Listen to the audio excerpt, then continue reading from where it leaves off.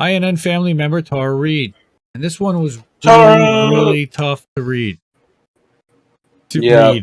Tough to read. Oh my God. How did I never put that one together? That's terrible dad joke. Yep. Literally, it was just liked by Tara on Twitter, and hi Tara, and how you doing? Love you. Let me move Love you a little bit too. higher so you don't see stuff. Hopefully, Oh, you broke it. that I broke. We're gonna leave it right there. Perfect. Okay, so Tara Reade.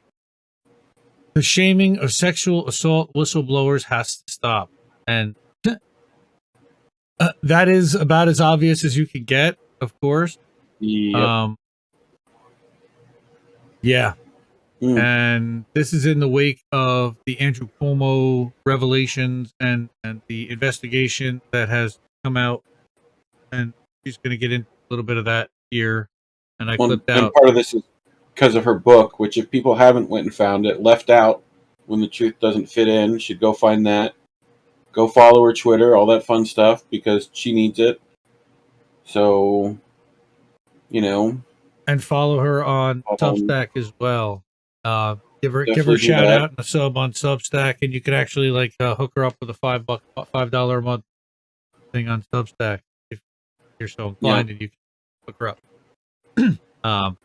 She wrote this op-ed for RT, and they have picked her up.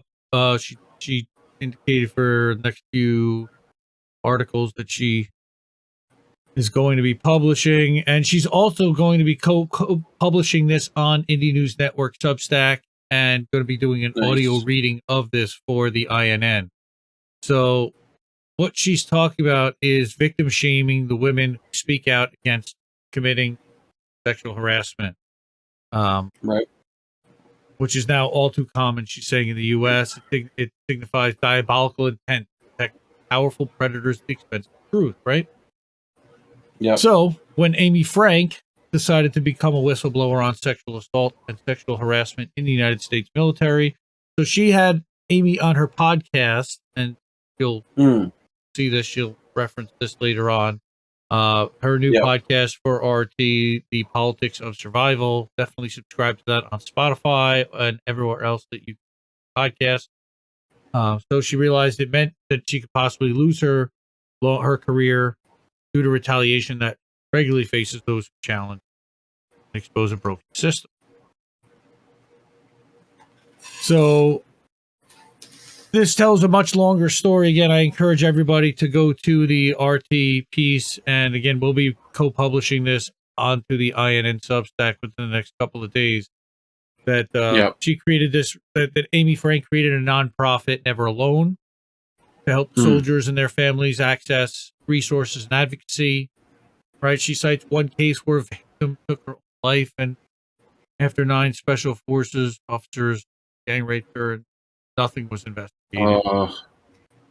According to Frank, the pervasiveness of sexual assault and domestic violence in the military ensure that Never Alone is a much needed resource. And I know that Amy and Clara just did a Twitter Spaces audio thing the other day, and Twitter flagged it. So we're gonna have to get that up on the INN Substack as well, and put that out in another place. So again, going through this, and so she said that as a survivor, she was determined to speak up for young soldiers, right? And cases included domestic violence as well as sexual assault, and some resulted in suicide by the victim, murder, and unexplained deaths. It's terrible. And and I'm sure cover-ups from MPs and what was that? What was that up above that? 1 in 4 women in the military will be sexually assaulted, Frank says. Yep. Jesus. Yeah. Over 30,000 kill themselves since 9/11. Yeah. There is no data how many are related to sexual assault, however. That's just how many women have. I mean, you think about the 22 soldiers, some of those are going to be women. So talking about that, as Frank's story demonstrates, it's not as easy to be a whistleblower to be a whistleblower in any situation, especially in institutions with embedded misogyny, as we've seen in the case of Andrew Cuomo. And finding the truth was not necessarily at the top of the agenda. Yeah. Right. So again, Amy also has encountered Time's Up legal defense. I think I missed there's a graphic that got lost in there. But really they're talking about how Letitia James, the Attorney General of New York, released details of the criminal investigation into behavior toward his staff with startling and damning results. So in one exchange between upper level staff, it was discussed how to shame a victim publicly, referring to both Lindsay Boylan and Charlotte Bennett, the people who have credibly accused homosexual conduct, by employing the same tactics that Joe Biden used against our friend Reade during his campaign. So now it's considered a playbook. So it's to discredit, shame survivors into silence, and they're made into inhuman objects of ridicule. Shield the powerful predator from being exposed with his sexual conduct, and the intention is to destroy and meet survivors. Well, these actions by these powerful people speak to what they do elsewhere, right? Like, the lack of empathy and power control and stuff like that only is a part of that. Is a part of that psyche decision making, right? Like, yeah. It comes from the territory of, what do they call those? Like, what are half those CEOs said to be? Like sociopaths, right? Like, but yeah, this is, for one, the numbers on this are pretty staggering. What was it? 3 out of 4, right? Like, I think it's Bill Burr who talks about, if someone handed you a parachute and said 3 out of 4 times it's not going to work, are you going to jump out the plane? Right. Like, yeah. So when it's the only way out of your situation. They don't tell you that before you sign the paper. Yeah.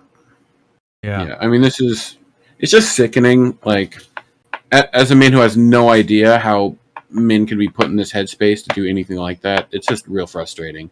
Yeah. Like, and you wish you could do something more than what you can, Yeah.